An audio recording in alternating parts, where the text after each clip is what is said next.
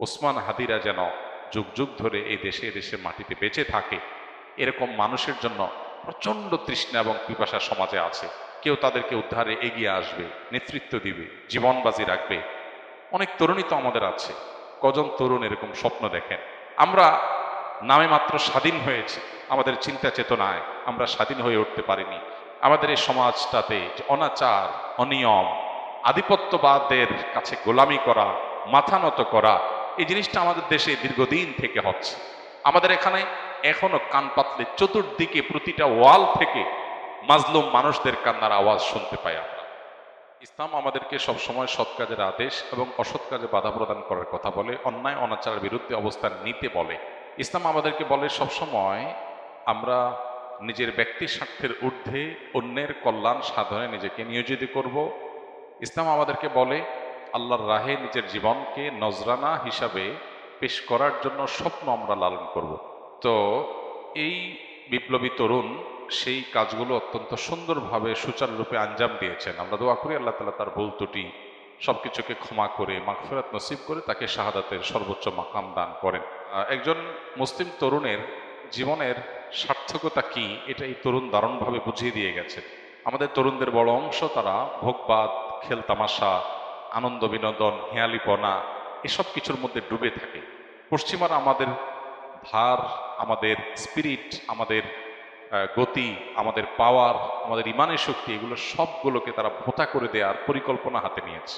আমাদেরকে নারীতে, মাদকে, বিভিন্ন বিষয়ে তারা আসক্ত করে ফেলেছে এবং এই ভোগের মধ্যে জীবনযাপন করাটাই বা ক্যারিয়ার বা নিজের গণ্ডির সীমাবদ্ধ চিন্তার মধ্যে আবদ্ধ থাকাটাকেই জীবনের লক্ষ্য হিসাবে যেন আমরা বেশিরভাগ তরুণরা আমরা বানিয়ে নিয়েছি। তো এই গণ্ডি ভাঙতে পারা, ভয়কে জয় করতে পারা, মৃত্যুকে ওয়েলকাম করতে পারা, মৃত্যুর জন্য অপেক্ষা করতে পারা, এটা ইমানদারের চরিত্র। ওসমান হাদি তিনি যদি ইমানদার না হতেন, তিনি যদি মাদ্রাসা পড়ুয়া না হতেন, তিনি যদি তা মুসলমান পরিবারের আলেম পরিবারের সন্তান না হতেন, তার ভিতরে যদি দিনী চেতনা না থাকতো, তিনি হয়তো তথাকথিত বিপ্লবী হতে পারতেন, কিন্তু মৃত্যুকে এতটা হাসি মুখে আলিঙ্গন করার এই শিক্ষা কোরআন হাদিস ছাড়ার কোথাও থেকে পাওয়ার কোনো সুযোগ নাই।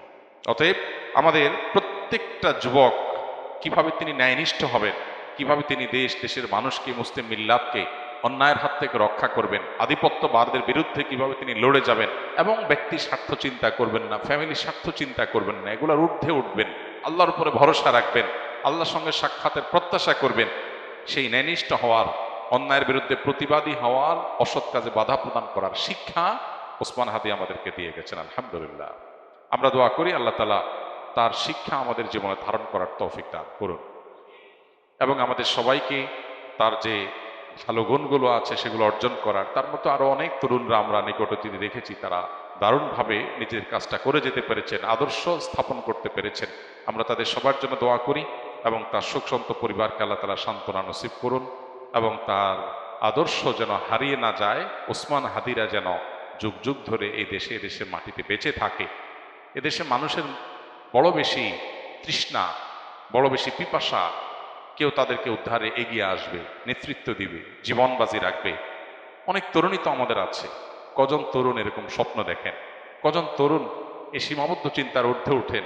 ওসমান হাদি বলেছেন তার বাবা তাকে উদ্বুদ্ধ করেছেন, তার বাবা তাকে উৎসাহিত করেছেন, তার বাবা তাকে জেনারেল শিক্ষায় যেতে বলেছেন, অনুমোদন দিয়েছেন এই শর্তে যে তুমি অন্যায়ের বিরুদ্ধে লড়াকু সৈনিক হবে।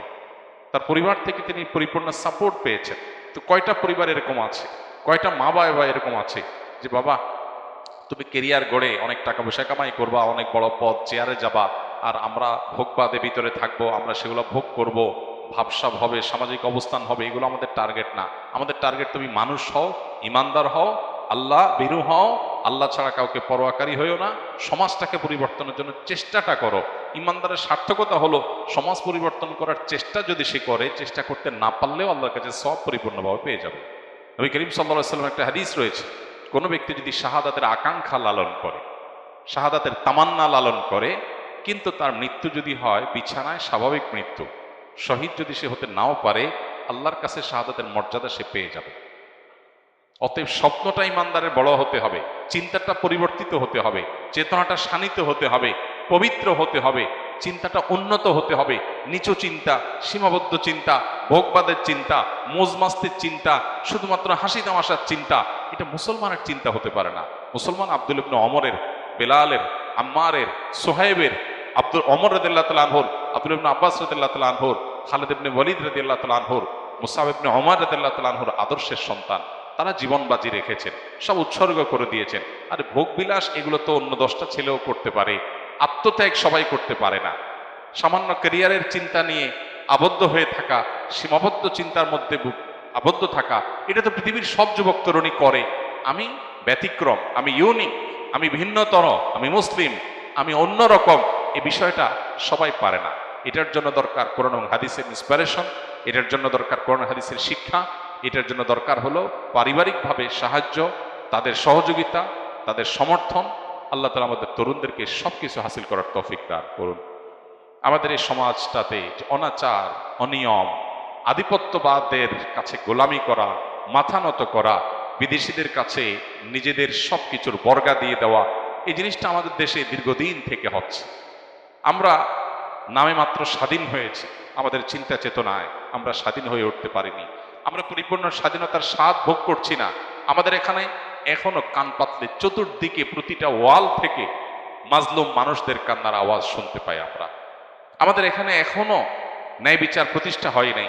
আমাদের এখানে অন্যায় করে এখনো মানুষ পার পেয়ে যায়। এগুলো থেকে উদ্ধার করে একটা সুন্দর সমাজ বিনির্মাণ হবে। অন্যায়ের বিরুদ্ধে মাথা ছাড়া দিয়ে মাথা উঁচু করে কথা বলবে, এরকম মানুষের জন্য প্রচন্ড তৃষ্ণা এবং পিপাসা সমাজে আছে। দরকার কিছু তরুণের, দরকার কিছু যুবকের। আল্লাহ তাআলা শরীফ উসমান হাদির মতো কিছু যুবক আমাদেরকে তৈরি করে দিন।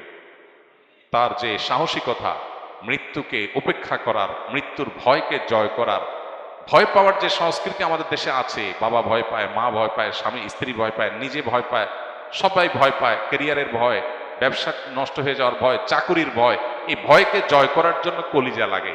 আল্লাহ তাআলা সেই কলিজা, সেই সাহসিকতা, সেই ইমানের শক্তি আমাদের সবাইকে নসিব করুন। এবং আবারও দোয়া করি আল্লাহ তাআলা এই বিপ্লবীকে, এই তরুণকে তার ভুল ত্রুটিগুলোকে মাফ করে কিয়ামতের ময়দানে শহীদদের কাতারে সর্বোচ্চ সম্মানের সাথে তাকে শামিল হওয়ার তৌফিক দান করুন।